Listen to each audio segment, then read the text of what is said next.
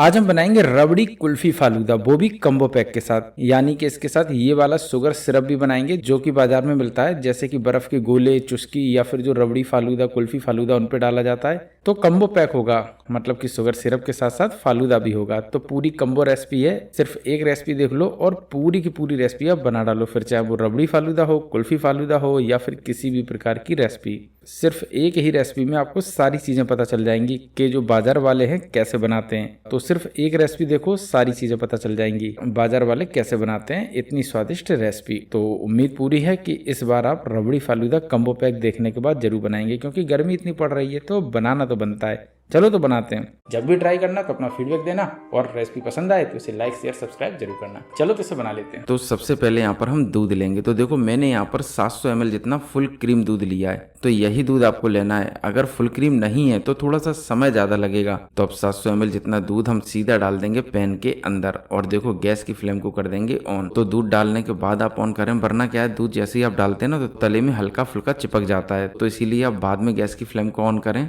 अब इसमें हम थोड़ा सा केसर डाल देंगे। अच्छा, केसर आप डालना चाहें तो डालें, नहीं है तो जो पीला रंग है वो डाल दें, वरना आप ऐसे भी बना सकते हैं, लेकिन उतना अच्छा कलर नहीं आएगा। होता क्या है कि ये वाली जो रबड़ी है ना, उसे हम लोहे के बर्तन में तो बना नहीं रहे, और ना ही मलाई चिपका चिपका के बनाएंगे। प्रोसेस अलग है, तो इसीलिए थोड़ा सा आप इसमें या तो पीला कलर डाल दें या थोड़ा सा केसर। अब लेंगे लकड़ी की डाबी, मतलब कि छोटी डाबी। वैसे बड़ी डाबी होती है कम से कम 4-5 किलो की, तो वो वाली तो डाबी है नहीं घर पे, तो ये वाली तो मिल ही जाती है। इससे क्या है, जो आगे का किनारा है ना वो एकदम से प्लेन होता है, तो उस वजह से क्या है कि ये दूध को तले से छुड़ाते हुए चलती है, जिसकी वजह से खोया हुआ, मावा हुआ या फिर दूध हुआ वो जलता नहीं और दाना नहीं छोड़ता है। तो इसीलिए अगर लकड़ी की है तो ज्यादा बेस्ट है। अब इसको हम चलाएंगे, फिलहाल हम बार बार नहीं चलाएंगे, और मुझे थोड़े से केसर के दाने कम लग रहे हैं तो वो भी डाल देंगे। अब इसको हम मीडियम फ्लेम पर अच्छी तरीके से पकने देंगे। अब देखो दूध में हल्की सी मलाई आ चुकी है, तो हमें क्या करना है, कुछ नहीं, मलाई को तोड़ना नहीं है। मलाई को सिर्फ आप किनारे करते जाए, अगर तोड़ेंगे तो फिर इसका मावा बन जाएगा। तो मलाई को बस आप इधर उधर कर दें, चलाते समय तोड़े नहीं, बस ये ध्यान रखें, प्रो टिप है। अब देखो दूध में बढ़िया सा उबाल आया है, तो फिर क्या करेंगे, फिर देखो किनारे कर दी मलाई। इसी तरीके से हमें सारा का सारा दूध गर्म कर लेना है, लेकिन हाँ वो वाला सीक्रेट इंग्रेडिएंट्स भी डाल देंगे जो है 10 रुपए वाला मिल्क पाउडर। तो देखो ये तो मार्केट में इजीली मिल जाता है, जाओ किसी भी जनरल स्टोर पर या परचूनी की दुकान पर और वहां से खरीद लाओ। 10 रुपए का आता है, तो महंगा ज्यादा नहीं है, तो सिर्फ आपको 10 रुपए का डालना है। अब इसको मीडियम फ्लेम पर पकने देंगे, तो बहुत ज्यादा समय नहीं लगेगा, ज्यादा से ज्यादा 10 से 12 मिनट, और जो रबड़ी है ना वो बनके तैयार हो जाएगी। फिलहाल हमें मलाई नहीं तोड़नी है, ये ध्यान रखना है, सिर्फ उसे किनारे कर देना है और चला देना है। और रबड़ी इसीलिए स्वादिष्ट लगती है कि मलाई के अंदर चीनी नहीं जाती है, तो मलाई मीठी नहीं होती है और दूध मीठा होता है, और उसी के कॉम्बिनेशन से रबड़ी बनती है। इसीलिए रबड़ी का स्वाद अलग आता है और मावे का अलग, और जो दानेदार खोया होता है ना उसका भी अलग। तो अगर दानेदार मावे की रेसिपी आपको देखनी है तो उसका लिंक हम डिस्क्रिप्शन में दे देंगे। मिल्क केक, कलाकंद, गाजर का हलवा, लौकी का हलवा, या फिर जो बर्फी और जो ग्रेवी बनाई जाती है ना वो उसी से बनाई जाती है। अब इसमें डाल देंगे चीनी। तो देखो चीनी की क्वांटिटी कम रखेंगे, क्योंकि बाद में हम एक ऐसा इंग्रेडिएंट्स और डालेंगे जो इसे मीठा कर देगा,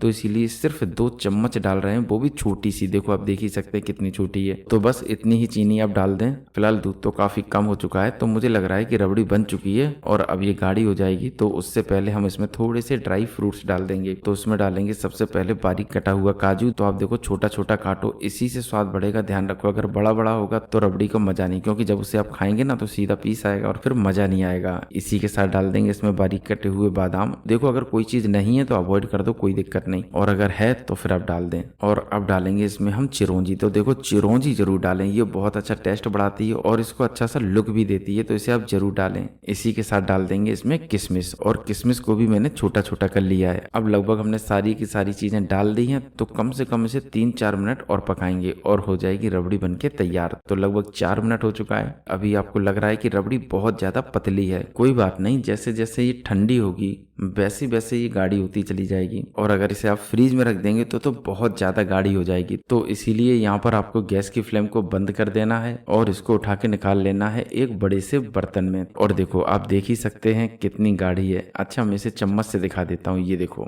थोड़ा सा दूध इधर उधर है और बीच में है मलाई। तो यही मलाई इसको बहुत ज्यादा टेस्टी बनाती है। आखिरकार रबड़ी में भी यही होता है। तो बस रबड़ी तो बन चुकी है, इसे रख देंगे फ्रिज में और 2-3 घंटे बाद खाना शुरू। तो लगभग 2 घंटे हो चुके हैं और देखो कितनी अच्छी मलाई इसके ऊपर भी आ गई। वैसे अगर इसे आप फ्रिज में 1-2 बार चला लेते तो ये जो मलाई है ना वो नहीं आती। बाय द वे रबड़ी तो बन चुकी है, तो आप बनाते हैं इसकी कुल्फी। तो कुल्फी के लिए कुछ नहीं करना है, सिर्फ इसे जमाना है। तो इसके लिए क्या लेना है एक कंटेनर। तो देखो ये प्लास्टिक का कंटेनर है और ये एयर टाइट है। तो देखो ध्यान रखना है, एयर टाइट डब्बे में अगर आप जमाएंगे तो जो कुल्फी है ना उसके ऊपर जो बर्फ के टुकड़े है ना वो नहीं आते। तो होता क्या है कि जो नमी होती है ना वो तो रहती है फ्रिज के अंदर, और वही जो नमी है ना वो थोड़ी सी बर्फ टाइप की जमा देती है, जिसकी वजह से जो कुल्फी वगैरह है ना उसके अंदर बर्फ का कच्चापन आता है। तो उसे नहीं लाना है, इसीलिए आपको एयर टाइट डब्बा लेना है। हाँ, अगर आपको लग रहा है कि बर्फ का थोड़ा बहुत कच्चापन तो आ सकता है तो आप क्या करें, तो इसे 2-3 घंटे जमने के बाद बीच में एक बार चला दें और फिर इसे अच्छी तरीके से बंद कर दें। बस बर्फ में क्रिस्टल नहीं आएंगे, गारंटी है। फिलहाल हम इस पर ढक्कन लगा देते हैं अच्छी तरीके से और इसको रख देते हैं फ्रिज के अंदर। तो जब तक कुल्फी जम रही है तब तक हम थोड़ा सा फालूदा भी बना लेते हैं, उसके बगैर तो मजा नहीं आएगा। तो देखो फालूदा भी थोड़ा सा हम पीले कलर का बना लेते हैं, क्योंकि हमारे पास थोड़ा सा केसर रखा है ना, तो उसी का बनाएंगे फालूदा।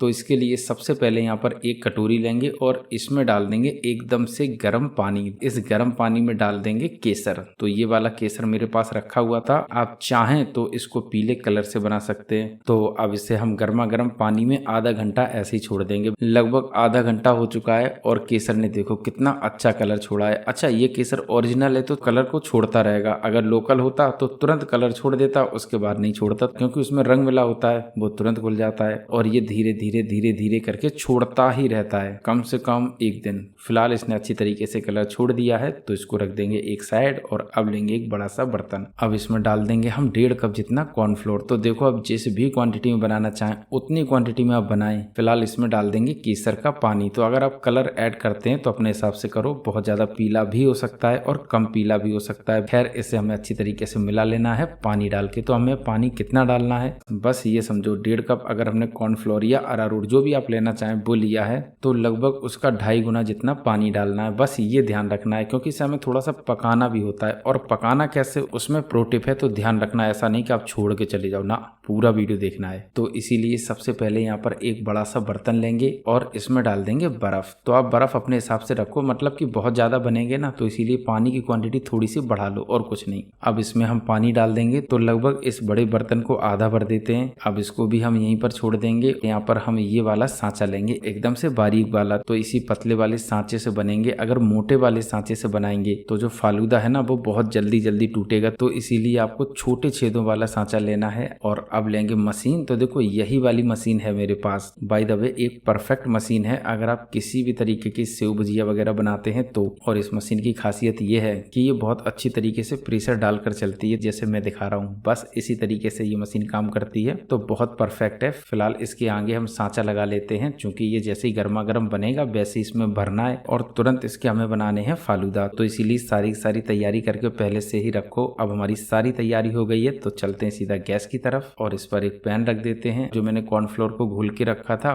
वो इसके अंदर डाल देंगे। एक बार अच्छी तरीके से मिला लेते हैं और अब डाल देते हैं इसको हम सीधा पैन के अंदर। बस यहाँ पर गैस की फ्लेम को ऑन नहीं रखेंगे, ये ध्यान रखना है। अब हम गैस की फ्लेम को ऑन कर देंगे और बिल्कुल स्लो कर देंगे। इससे क्या है, जो अरारोट है या जो कॉर्नफ्लोर जो भी आप ले रहे हैं वो अच्छी तरीके से पक जाएगा और उसके बाद ये एकदम से गाढ़ा होगा। लेकिन अगर आपने मीडियम फ्लेम पर बनाया तो तुरंत गाढ़ा हो जाएगा और ये अच्छी तरीके से पक नहीं पाएगा। तो स्लो फ्लेम पर आप करें, हल्का सा पक जाएगा और तुरंत फालूदा बन जाएंगे। तो हो गया है ये भी शुरू, ये देखो कितनी जल्दी गाढ़ा हो गया है। तो बस इसी तरीके से ये गाढ़ा होगा। अब बस ये गाढ़ा होता चला जाएगा फटाफट से, कोई भी टाइम नहीं लगेगा। और अब इसे पकाना भी नहीं ज्यादा है, क्योंकि ये ज्यादा पक भी नहीं पाएगा, क्योंकि चिपकने लगता ना पैन में। इसीलिए मैंने पहले कहा था कि गैस की फ्लेम स्लो रख के थोड़ा पकाएं, उसके बाद आप मीडियम कर दें और फिर तुरंत के तुरंत ये पका लें। तो इसी तरीके से हम भी पका रहे थे। लो जी, अब ये भी हो गया है अच्छी तरीके से गाढ़ा। अब बस इसको हम 30 सेकंड और चलाएंगे। 30 सेकंड भी चला लें, बहुत है। लगभग 30 सेकंड हो चुका है और अरारोट भी अच्छी तरीके से पक चुका है। तो बस अब इसको भर लेंगे सीधा मशीन के अंदर। अगर ये ठंडा हो जाएगा तो बनाने में होगी दिक्कत, तो इसीलिए गर्मा गर्म भर लो और अच्छी तरीके से भर लो, कोई भी दिक्कत नहीं होगी। इसीलिए मैंने मशीन सारी तैयारी की। तो भर लेते हैं फटाक से, चम्मच से अच्छी तरीके से भर जाएगा, कोई दिक्कत नहीं। अच्छा, थोड़ा सा बचा है उसे हम बाद में यूज करेंगे। बाय द वे इसको हम अच्छी तरीके से कस के बंद कर देते हैं। तो कर लेते हैं। अब मशीन अच्छी तरीके से बंद कर ली है। तो बस अब इसके निकालेंगे सेव। तो सीधा हम ठंडे पानी में निकाल देंगे। तो निकालते जाओ। कलर देखो कितना परफेक्ट आया। अच्छा, इसे आप ज़्यादा अच्छी तरीके से ना पकड़ें क्योंकि ये गर्म है, तो इसीलिए ये मशीन बहुत अच्छी होती है। मैं कई बार आप रिकमेंडेशन दूंगा ताकि आप इस मशीन को मंगा लें। तो मैंने बहुत सारी चीज़ें ऐसी खरीदी हैं जिससे ज़िंदगी मेरी बहुत आसान हो गई। तो मशीनें भी इम्पोर्टेंट होती हैं अपनी दैनिक लाइफ में। अगर आप बताएंगे तो उनसे रिलेटेड भी आपके साथ वीडियो शेयर कर देंगे क्योंकि मैं चीज़ें खरीदता रहता हूँ। बाय द वे, हमने अच्छी तरीके से फालूदा निकाल लिए हैं। अब इन्हें आप फ्रीज में रख के कम से कम 6 से 7 दिन आसानी से चला सकते हो। कोई दिक्कत नहीं होगी, ना ही ये खराब होंगे। सिर्फ आपको रख देना है फ्रीज में एयरटाइट डब्बे के अंदर। फिर इन्हें आप निकालिएगा, डालिएगा, यूज करिएगा। फालूदा बन के तैयार है। तो अब बना लेते हैं हम सिरप, रेड सिरप, जो कि मैंने कुल्फी में डाला था, आपको दिखाया था। तो बस वही बना लेते हैं। तो इसके लिए भी कोई खास ज्यादा प्रोसेस नहीं करना है, बिल्कुल सिंपल से प्रोसेस से बन जाएगी। सिर्फ 2 इंग्रेडिएंट्स और बन के तैयार होगी। तो इसके लिए सबसे पहले एक पैन लेंगे और इसमें डाल देंगे चीनी। तो चीनी हमें कितनी डालनी है? चीनी डालनी है कम से कम 1 कटोरी। अच्छा, कम से कम ये 6-7 महीने चलेगा, तो ऐसी दिक्कत नहीं है कि आज बना लिया और पूरी गर्मी भर क्या करेंगे। बस आप एक बार बना लो, तो इसीलिए आप इसे अपने हिसाब से बना सकते हैं। बाय द वे, जितनी मैंने चीनी ली है उतना ही डालेंगे इसके अंदर पानी। अब इसमें डाल देंगे केसर, क्योंकि इसको मैं थोड़ी सी केसर की खुशबू देना चाहता हूँ। अगर आप नहीं देना चाहें तो क्या कर सकते हैं, तो इसके अंदर आप इलायची पाउडर डाल सकते हैं। अगर वो भी नहीं है तो आप अपने हिसाब से गुलाब जल भी डाल सकते हैं। तो जिसकी भी आपको खुशबू चाहिए उसको आप डाल दें, या फिर कोई एसेंस वगैरह का भी यूज कर सकते हैं। बिना किसी खुशबू के भी बना सकते हैं, क्योंकि बदबू तो आएगी नहीं। तो आप अपने हिसाब से रखिएगा। तो अब चीनी घुलने का करेंगे इंतजार। तो मीडियम फ्लेम पर इसे पकने देंगे। देखो थोड़ी सी चीनी घुल चुकी है। तो इसी स्टेज पर हम कलर भी डाल देंगे। आप चाहें तो बाद में डालो, चाहे तो पहले डाल दो, कोई फर्क नहीं पड़ेगा। तो डाल दो इसमें कलर। तो लगभग कलर 2-3 चुटकी होगा। तो बहुत ही कम क्वांटिटी में जो कलर है ना वो डालना है, क्योंकि कलर सेहत के लिए हानिकारक होता है। तो आप जानते ही हैं, लेकिन आप डाल सकते हैं। ऐसा कुछ भी नहीं है कि बहुत ज्यादा खाएंगे तो ही हानिकारक होगा। कम कम खाएंगे और मेहनत करेंगे, कोई भी चीज नुकसानदायक नहीं होती है। अब इन सभी को हमने अच्छी तरीके से मिला लिया है। तो बस अब इसकी बनाएंगे हम चाशनी। तो चाशनी हमें रखनी है रसगुल्ले से थोड़ी सी ज्यादा हार्ड, यानी कि पकी हुई, क्योंकि इसे हमें चलाना है 6 से 7 महीने। तो अच्छी तरीके से पकी तो होनी ही चाहिए। तो आप पका लो अच्छी तरीके से। तो लगभग 5 मिनट इसे हम और पकाएंगे। लगभग 5 मिनट हो चुका है। अच्छा, एक बार हम चेक कर लेते हैं। अभी देखो ये हाथों में सिर्फ चिपक रही है, लेकिन बहुत अच्छी तरीके से नहीं बनी। तो कम से कम 3-4 मिनट और पकाएंगे। तो लगभग 4 मिनट हो चुका है। तो अब चेक कर लेते हैं। ये देखो हाथ पे ये बिल्कुल अच्छी तरीके से चिपक रही है, लेकिन 1 तार की या 2 तार की नहीं बनी है। ध्यान रखिएगा, तार की चाशनी नहीं बनानी है। बस ये बहुत अच्छी तरीके से हाथों पे चिपकने लगे, थोड़ी सी ताकत लगानी पड़े, बस ये समझो कि चाशनी बन के तैयार हो गई। तो अब चाशनी बन चुकी है। तो गैस की फ्लेम को बंद कर देते हैं और बस इसको ऐसे ही छोड़ देते हैं कम से कम 1 घंटे के लिए, ताकि जो चाशनी है ना वो ठंडी हो जाए। ये देखो एकदम से परफेक्ट है ना। अच्छा, ये ठंडी होगी तो और भी ज्यादा गाढ़ी होगी। तो ध्यान रखिएगा कि इसे बहुत ज्यादा गाढ़ा ना कर दें, वरना ये जम जाए। फिलहाल हमारा शुगर सिरप बन गया है। तो इसको भर के रख देते हैं एक एयरटाइट कांच की बोतल में। अच्छा, मेरे पास है, आप चाहें तो इसे प्लास्टिक की बोतल में भी रख सकते हैं, कोई दिक्कत नहीं, लेकिन कांच की बोतल में थोड़ी सी लाइफ अच्छी रहती है। तो आप भर के रख लीजिएगा, जो भी आपके पास बोतल हो। तो इसी तरीके से जो चुस्की वाले होते हैं ना, वो ढेर सारी बोतलों में भर के रख लेते हैं। आपने देखा होगा जो गोला वगैरह बनाते हैं, जो बर्फ घिसते हैं और चुस्की की प्लेट लगाते हैं, गोला बनाते हैं, बस वो इसी तरीके से रंग बिरंगा शुगर सिरप बनाते हैं और उसकी बोतल रख देते हैं सामने। आपको लगता है मस्त बनेगा गोला, वैसे भी बनता है मस्त मस्त गोला।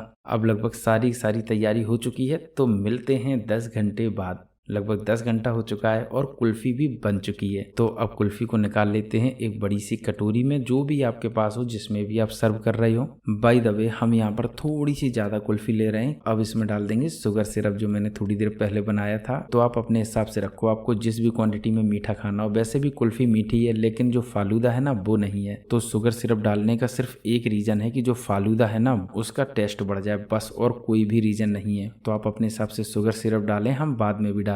अब इसके ऊपर थोड़ा सा डाल देते हैं फालूदा। तो फालूदा आप अपने हिसाब से रखो, ज्यादा झोंकना चाहो ज्यादा झोंको, कम झोंकना चाहो कम झोंको। तो जैसा भी आप खाएं वैसा डालो। अब इसके ऊपर डाल देंगे फिर से शुगर सिरप। वैसे अगर आप बताएंगे तो जो रबड़ी है ना उसको किस तरीके से फालूदा के साथ सर्व करें, उसकी रेसिपी भी आपके साथ शेयर कर देंगे। आप कहेंगे अच्छा रबड़ी के साथ कैसे सर्व करेंगे? अरे एक यूनिक तरीका है जिसकी वजह से आप डेली खाएंगे रबड़ी। थोड़ी सी रबड़ी होगी, लेकिन जो स्वाद है ना जबरदस्त होगा। और हाँ, थोड़ी सी रबड़ी 1 गिलास भर देगी। तो आप बताएंगे तो उस रेसिपी को भी बना देंगे। बाय द वे बन के तैयार है रबड़ी कुल्फी फालूदा। तो अब आप बताओ कब बना रहे हो। देखो जब भी बनाना तो फीडबैक देना कि रबड़ी कुल्फी फालूदा कैसी बनी। और देखो रेसिपी पसंद आई हो तो लाइक शेयर सब्सक्राइब तो करना बिल्कुल फ्री है, पैसे नहीं लगने तो कर लेना।